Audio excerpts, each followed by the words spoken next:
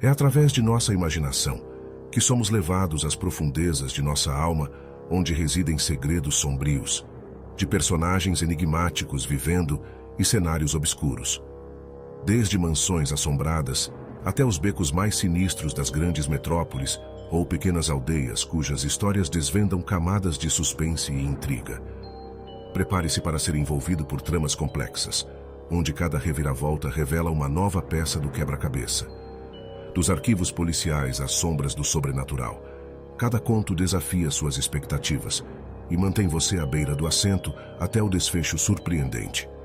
Enquanto os personagens enfrentam seus próprios demônios internos e perigos externos, os leitores são levados a uma jornada emocionante através do desconhecido.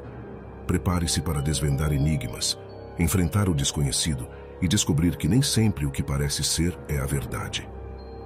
Mistérios Sombrios é uma antologia que desafia e encanta os amantes do mistério em todas as suas formas.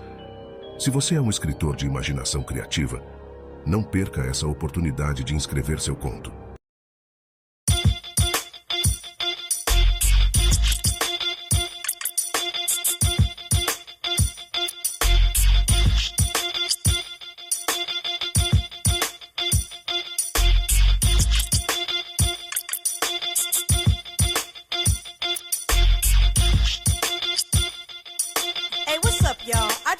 Shout out to all my ladies with self-respect. I want y'all to stay positive in life. And thank you to all the divas that paved the way for success. Thank you. If you see that, you could be that. Believe that. And one day, you could be where she's at. Just perfect your craft and receive stats. A paper...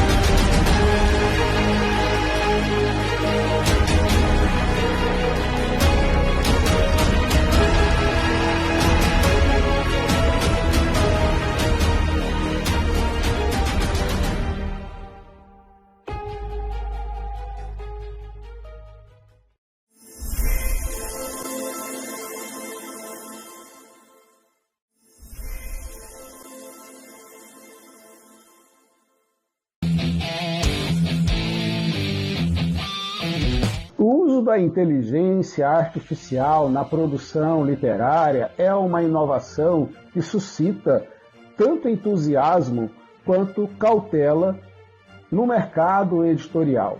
Por um lado, a inteligência artificial oferece uma ferramenta poderosa para escritores e editoras, facilitando a geração de ideias, a construção de enredos e a criação de textos. Sua capacidade de processar grande quantidade de informação e produzir conteúdo rapidamente pode ser uma grande vantagem, especialmente para tarefas repetitivas ou para autores que buscam inspiração. No entanto, esse mesmo poder pode ser uma faca de dois gumes. O abuso na utilização da inteligência artificial na produção literária pode levar à saturação do mercado editorial, com obras que, apesar de bem estruturadas, carecem de originalidade e do toque humano que tornam a literatura verdadeiramente interessante.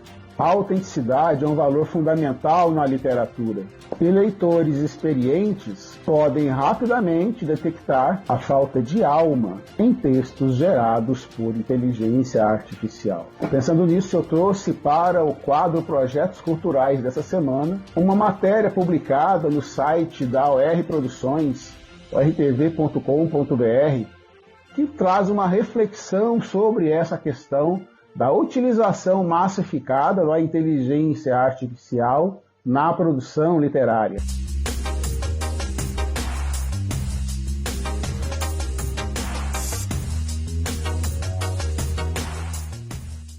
Um dos grandes problemas da utilização da inteligência artificial na produção literária é exatamente a dependência, que pode ser causada para os autores que lidam com a produção de texto. A dependência excessiva da inteligência artificial, ela pode enfraquecer as habilidades criativas dos autores. A prática de escrever, ela é um exercício de introspecção e expressão pessoal.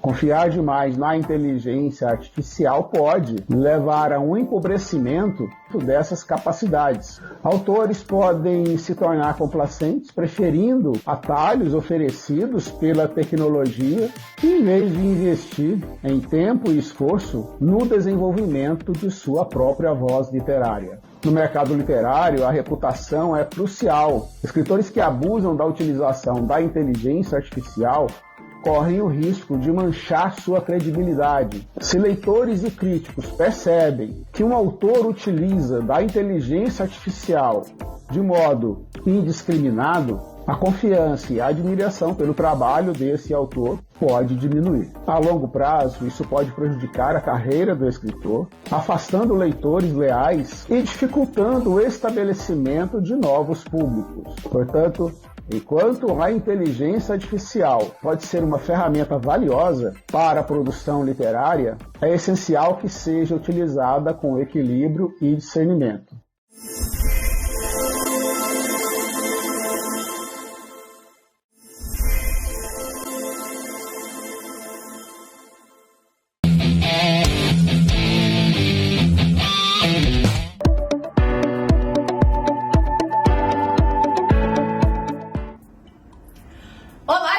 Tudo bem? E hoje aqui no nosso quadro Escrita Criativa no canal da Anne, em parceria com a rede UTV, nós vamos dar uma pausa um pouquinho para o desenvolvimento de escrita criativa para livros e eu vou falar um pouquinho com vocês sobre o roteiro. Isso mesmo. Eu vou falar de uma forma muito ampla, muito rápida também, porque o roteiro, gente, ele tem uma dinâmica um pouco diferente da dinâmica do livro. Porque muitas vezes a gente está falando de um livro que ele é adaptado para o cinema, e daí o leitor é apaixonado pelo livro, quando ele vai ver o filme, ele meio que se decepciona um pouco. Mas então, vamos falar um pouquinho aqui, bem rapidamente, como funciona esse processo. Gente, o livro, na verdade, é a imaginação, onde o leitor mergulha numa história rica em detalhes que ele consegue imaginar e se transportar para esse mundo imaginário. Já um filme, na verdade, é uma narrativa muito mais dinâmica, onde tem uma história contada em imagens. Então, por isso que muitas vezes, quando é feita a adaptação de um livro para um roteiro, para um filme, não vai sair 100%, porque tem essa mudança de como contar história. Então, normalmente o roteirista, ele vai trabalhar junto com o escritor para fazer essa transformação. Por isso que é um roteiro adaptado, não é um roteiro original, porque não tem como trazer ao pé da letra 100% do conteúdo do livro, dos detalhes do livro, para um filme, porque não tem como muitas vezes a gente descrever certos cheiros, cenários ou coisas do tipo quando está fazendo a transição de um livro para um roteiro. Isso faz com que muitas vezes tenha até que retirar personagens, mudar um pouco os cenários, porque nem tudo que é ficção de uma história, de um livro, pode ser transmitida para uma história ficção, filme. Às vezes não dá para fazer isso ao pé da letra, então fica bem complicado, porque um filme é imagem em movimento, então tem que trazer tudo de uma forma visual e não imaginária. Por isso que muitas vezes as pessoas se decepcionam um pouco. As pessoas ficam chateadas, as pessoas não entendem o porquê dessa mudança. Mas é assim, gente, é porque quando faz essa transição, vai ter uma nova forma de narrativa, aonde o filme ele anda de uma forma um pouco mais rápida, porque não pode ser parado, porque senão fica uma narrativa muito lenta. E como é filme, tem que ser tudo em movimento, tem que fazer com que a história ande mais rápido, porque um filme também tem um espaço de tempo menor, aonde é aproximadamente 1h30, 2 horas. Então tem que transferir tudo que estava no livro para o roteiro, fazendo com que a história também se conecte. Então muitas vezes, se você vê que o seu personagem que você gostou teve participação menor no filme, não é por mal, é porque realmente não deu. Não tem como você sair colocando elementos muitas vezes que nem computação gráfica vai conseguir descrever. Então tem certas coisas, é uma regra que tem que ser seguida no roteiro, que é bem diferente de um livro, né? Porque um livro a gente consegue imaginar mais, a gente consegue fazer com que o personagem mergulhe no universo e com isso ele traga o leitor para esse universo, fazendo com que a história fique mais envolvente e mais rica em detalhes. Já um filme, como é muito mais visual, você consegue fazer com que a sua audiência consiga visualizar tudo aquilo ali, entretanto, muitas vezes alguns detalhes vão ser retirados. Por isso que muitas pessoas se decepcionaram quando leram o livro do Harry Potter, a saga Harry Potter, e depois, quando foram ver os filmes, se decepcionaram um pouco, porque realmente a Warner não conseguiu trazer a riqueza de detalhes, até porque eram livros gigantescos, então não teria como trazer tudo ao pé da letra. Mesmo assim, já deu muitas horas de filme cada um deles. E teve o livro 7, que foi feito 2 filmes para conseguir terminar a história de uma forma agradável. Então, gente, é bem interessante a gente entender esse conceito todo, como funciona história de livro e história de cinema, para entender muitas vezes que nem sempre vai ser tudo ao pé da letra. Então, por exemplo, quando a gente está escrevendo um roteiro, começa colocando a descrição da cena. E tem que ser uma forma muito enxuta, porque ali é só os principais detalhes. Dali, a imaginação do diretor vai transferir tudo isso. E daí não tem muitos detalhes descrevendo como estava o chão e etc. Entende? Pode colocar, o chão está muito sujo ou o chão está coberto de flores. Isso no roteiro. Já num livro você consegue descrever melhor. O chão está muito sujo, com tantas coisas ao redor e etc, etc. Se tem cheiro e blá blá blá. Da mesma forma, se o chão está cheio de flores, você vai conseguir descrever melhor o perfume. Talvez num filme você consiga descrever da forma que o personagem, for pegar a flor, for cheirar a flor, ou se não, uma expressão, do próprio personagem mostrando que está sujo, fazer uma expressão facial, muitas vezes corporal. Então isso fica muito a cargo do diretor. E também tem aquela história, depois da descrição da cena, ficam as falas, que normalmente são falas mais rápidas, porque o filme ele tem que andar mais rápido. Muitas vezes diálogos são tirados também do filme, que quando é feita a adaptação do livro, para dar mais rapidez à história, fazendo com que as pessoas às vezes se decepcionem, mas não se decepcionam, porque isso é normal. Essas adaptações acontecem desde sempre, isso também acontece no teatro muitas vezes. Quando você vai fazer uma adaptação para o teatro, você também tem que tirar muitas coisas, você tem que refazer muitas coisas, você tem que mudar muitas coisas para conseguir trazer para a audiência o que ela está esperando muitas vezes. Porque quando a gente lida com contar histórias, quando a gente vai contar histórias, a gente tem que ver aonde a gente está contando. Porque existem várias formas de contar a mesma história, tanto em livro, quanto em teatro, quanto TV, quanto cinema. Então é bem interessante a gente ter um conhecimento um pouquinho melhor sobre isso. E muitas vezes não se decepcionar com algumas retiradas de cenas, personagens e diálogos de uma trama que envolveu a gente no livro. Entretanto, a narrativa cinematográfica é um pouquinho diferente.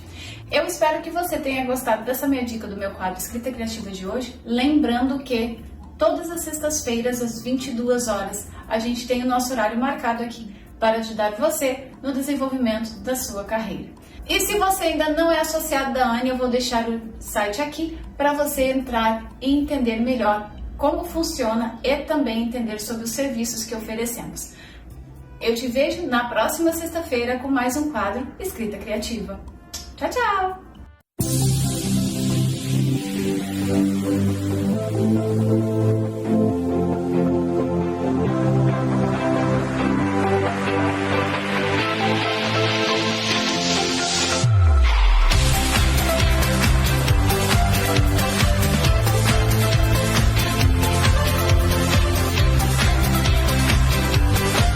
No último episódio, você mais escreve, mais gosta, pelo que você me falou, sendo Sidney Sheldon, que...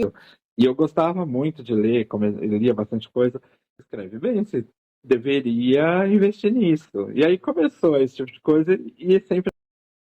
E como que você vê esse mercado não dando apoio a nós, que somos menores, talvez, em termos menores de importância, mas menores, talvez, de abrangência, de ramificações, digamos assim. Eu não consigo entender, sabe?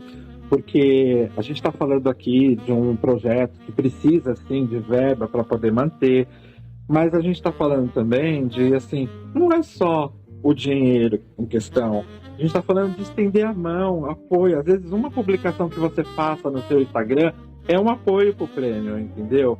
Então, eu não consigo entender como uma pessoa pode ainda tentar atacar ou ser contra esse tipo de ação quando você só está trazendo bem para as pessoas. Porque nós somos em 4 na comissão, mas quem menos aparece é os 4.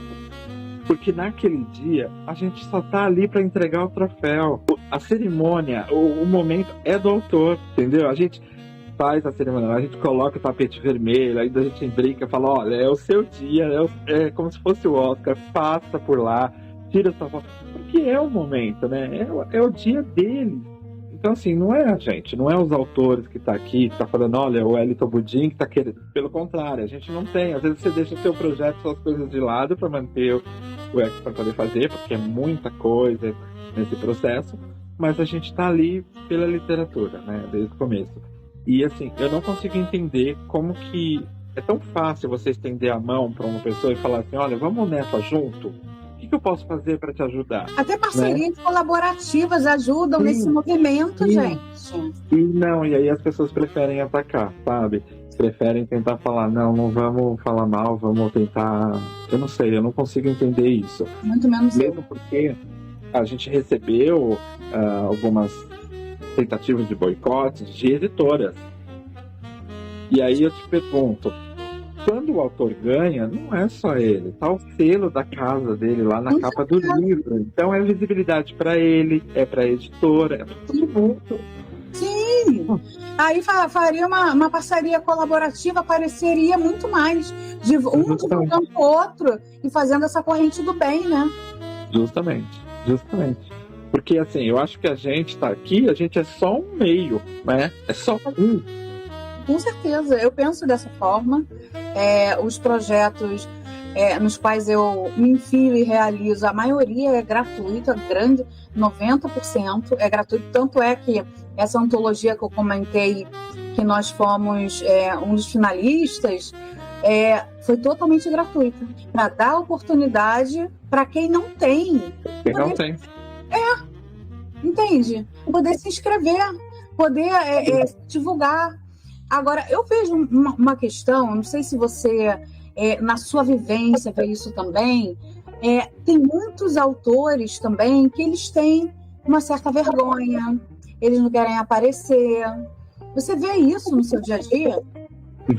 Vejo e assim, a gente também tenta respeitar isso nessa parte mesmo do Ecos. Eu já tive tudo quanto é tipo que você possa imaginar de autores que falaram, olha, nessa última cerimônia também, o autor falou, eu vou pegar o troféu, mas não quero fazer discurso, eu não quero aparecer.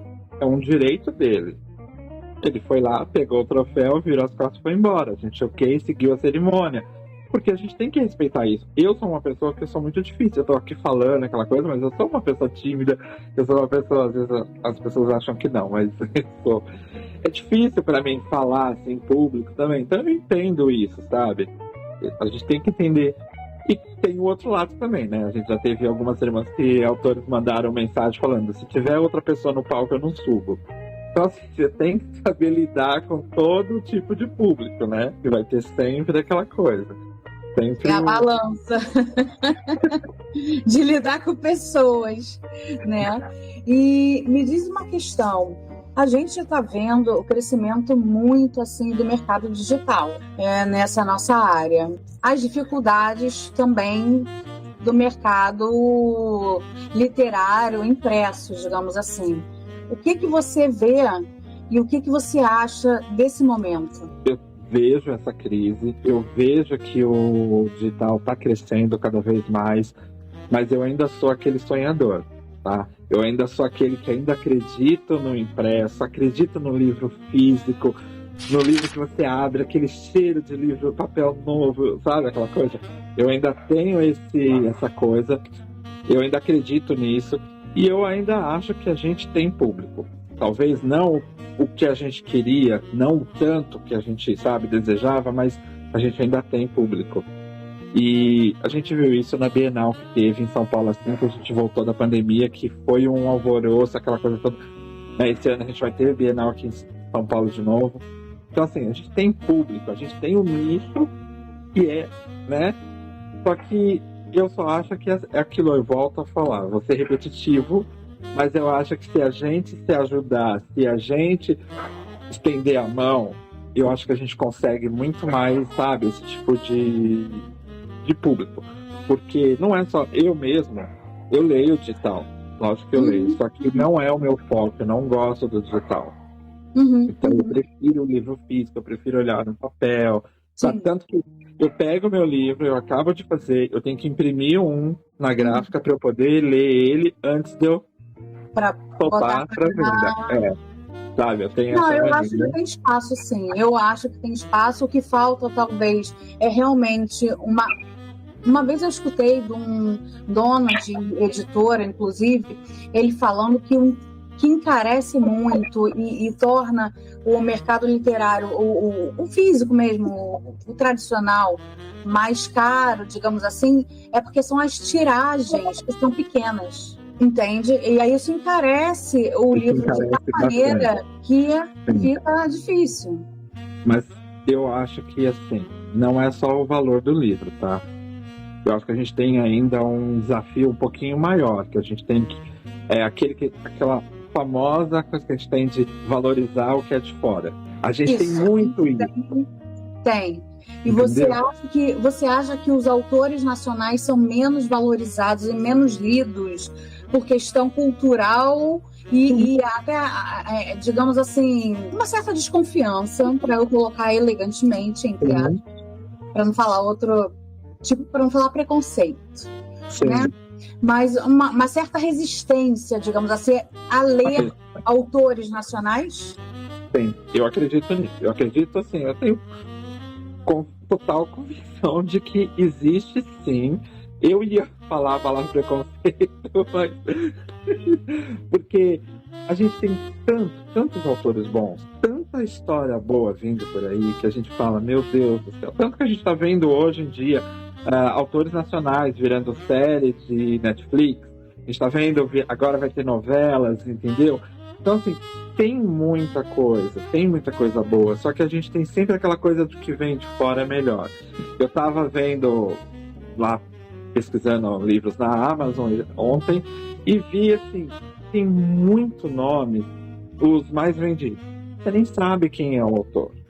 Você nunca ouviu falar, você não conhece, é um nome que você nem sabe quem é. Mas é lá de fora, então aí todo mundo tá ali achando, sabe? E às vezes dá oportunidade para um autor. Eu já vi autor nacional falando, eu não leio nacional. Então assim, como que você pode não ler? O seu livro é nacional. É lógico. E uma coisa Entendeu? que eu sempre chamo atenção, se você hoje em dia vai numa livraria física, não importa o tamanho dela, tá? Porque as livrarias tradicionais andam fechando, com a crise e tudo mais.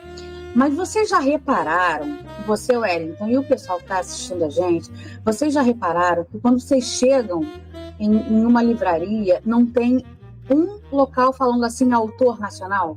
Os autores nacionais, na verdade, às vezes está assim, autor brasileiro, e aí são os clássicos. Mas autor nacional, você pode reparar, em qualquer livraria ou em qualquer lugar, não tem a parte do autor nacional. E assim, a gente tem muita coisa, sabe? Eu pode parecer clichê, mas eu sou daqueles, sabe? Eu vou em eventos de autores nacional, eu prestigio, eu compro muito livro de autor nacional. O Ecos mesmo, a gente tem o Ecos, então assim, a gente vê os finalistas, a gente vê aquela... Aí você quer ler todos os livros, você quer ter todos os livros, e você fala, gente, como a gente tem autores assim, sabe? Com criatividade sensacional, coisas que às vezes você pega um autor, não tô desmerecendo também o autor que não, sabe, não tô desmerecendo, mas eu acho que a gente tem que aprender a valorizar os dois. Que nem eu falei, eu comecei a escrever com a Sidney Sheldon, é o meu autor preferido, né, mas porque eu tenho essa, mas agora tem números nacionais que me inspiraram, que me, sabe, Com e porque a certeza. gente tem que sempre... entendeu? Então, acho assim, não é só o valor do livro. Não é. Por que a gente paga R$100 num livro do Stephen King e a gente não paga 40 do autor que está começando agora? Não, é perfeito. E essa questão, Não desmerecendo ninguém, de novo, tá? Não, eu entendo. Por exemplo, essa questão que você falou de eventos e tudo, nós aqui da ANE, a gente está fazendo alguns desses eventos digamos, em uma escala menor, mas dando a possibilidade de todos os autores brasileiros, nacionais, daquela localidade, ou até vem pessoas assim de fora, mesmo sendo um evento menor. Mas por quê? Porque, gente, o autor precisa de acolhimento, o autor precisa de visibilidade, ele precisa de uma divulgação, ele precisa estar em contato, talvez, com uma editora, com outros autores, fazer um network, coisas que, pelo que as editoras mesmo e os autores têm colocado para nós, é que isso está ficando escasso. Tá. E eles estão sentindo a necessidade de sair um pouco do digital para ir para o físico, ou seja, voltando às origens. E hoje, pessoal, eu entrevistei aqui o Wellington, e ele, que é a personalidade e é o responsável pelo Prêmio Ecos da Literatura. E aí, gostou? Hoje eu fico por aqui. Patrícia Macedo, para a ANE.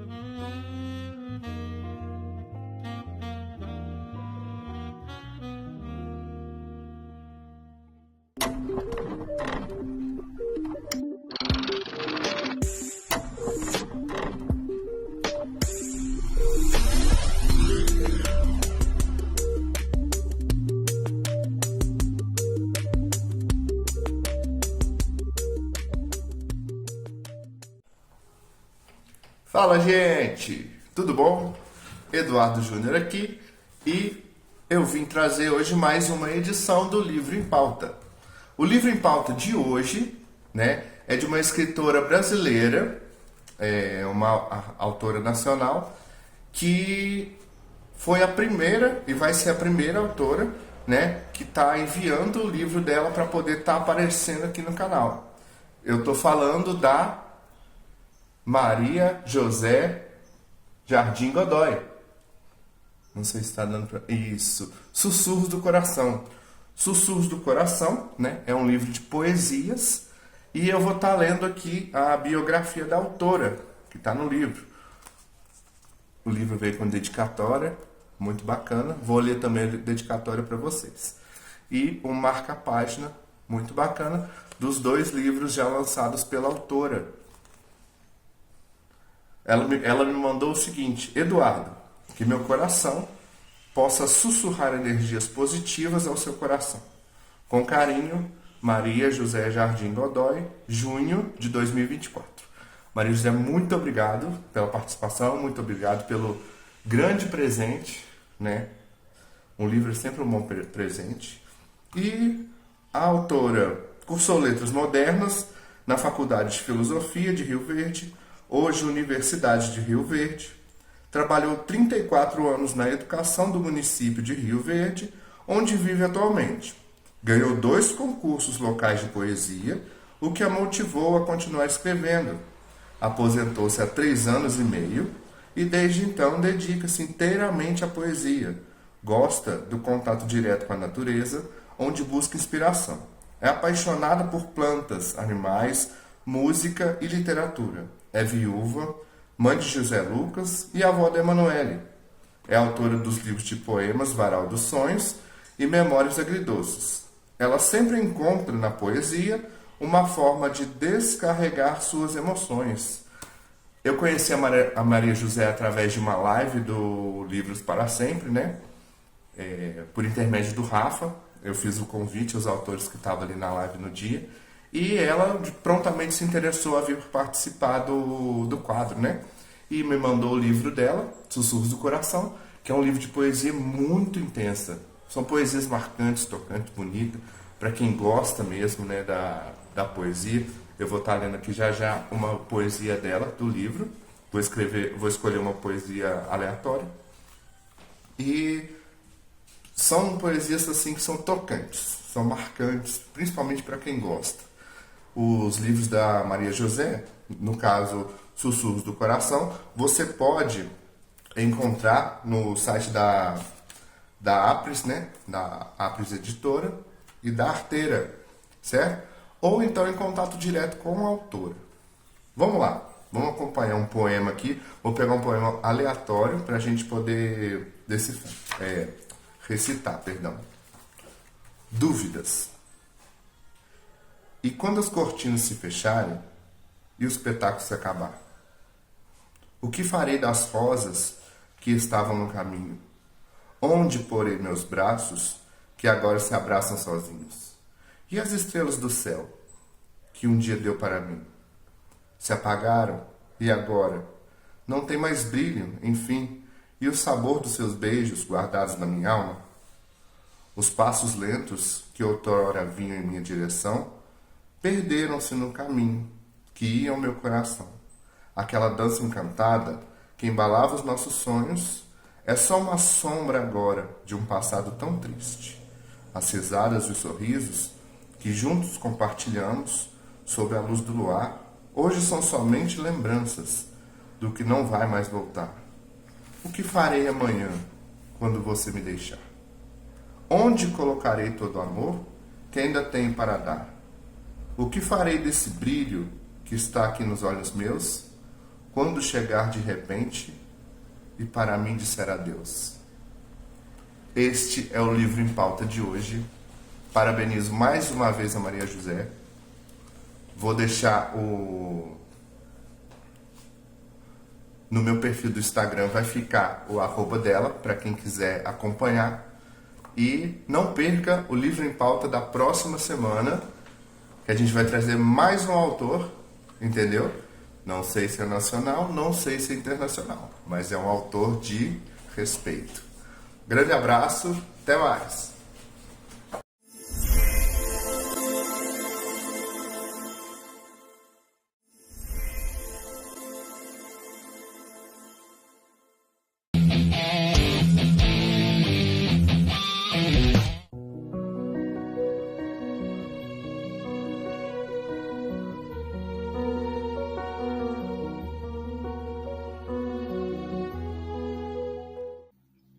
Olá, eu sou Edilberto Salinovo, escritor e diretor da ANE, Associação Nacional de Escritores e Editoras. Hoje vamos falar sobre a importância do respeito às diferenças. A diversidade humana é uma das maiores riquezas da nossa sociedade. Cada pessoa, com suas particularidades e experiências de vida, contribui para um mosaico vibrante e dinâmico que nos torna únicos. Respeitar diferenças entre as pessoas é reconhecer o valor de cada indivíduo, independentemente de suas origens, crenças e estilos de vida. Compreender e valorizar a diversidade envolve um esforço ativo para aprender e apreciar as diferenças culturais, identidades e perspectivas. Essa prática nos enriquece pessoalmente e nos ajuda a superar preconceitos e estereótipos. Quando nos abrimos para conhecimento e a empatia, criamos laços de solidariedade e respeito mútuo. O respeito às diferenças é crucial para a construção de um ambiente inclusivo, onde todos se sintam valorizados e seguros para expressar quem são. Promover tolerância, a escuta ativa e a compaixão contribui para um mundo onde todos podem prosperar, celebrando a diversidade e contribuindo um futuro de convivência pacífica e respeito mútuo. Obrigado e até a próxima semana.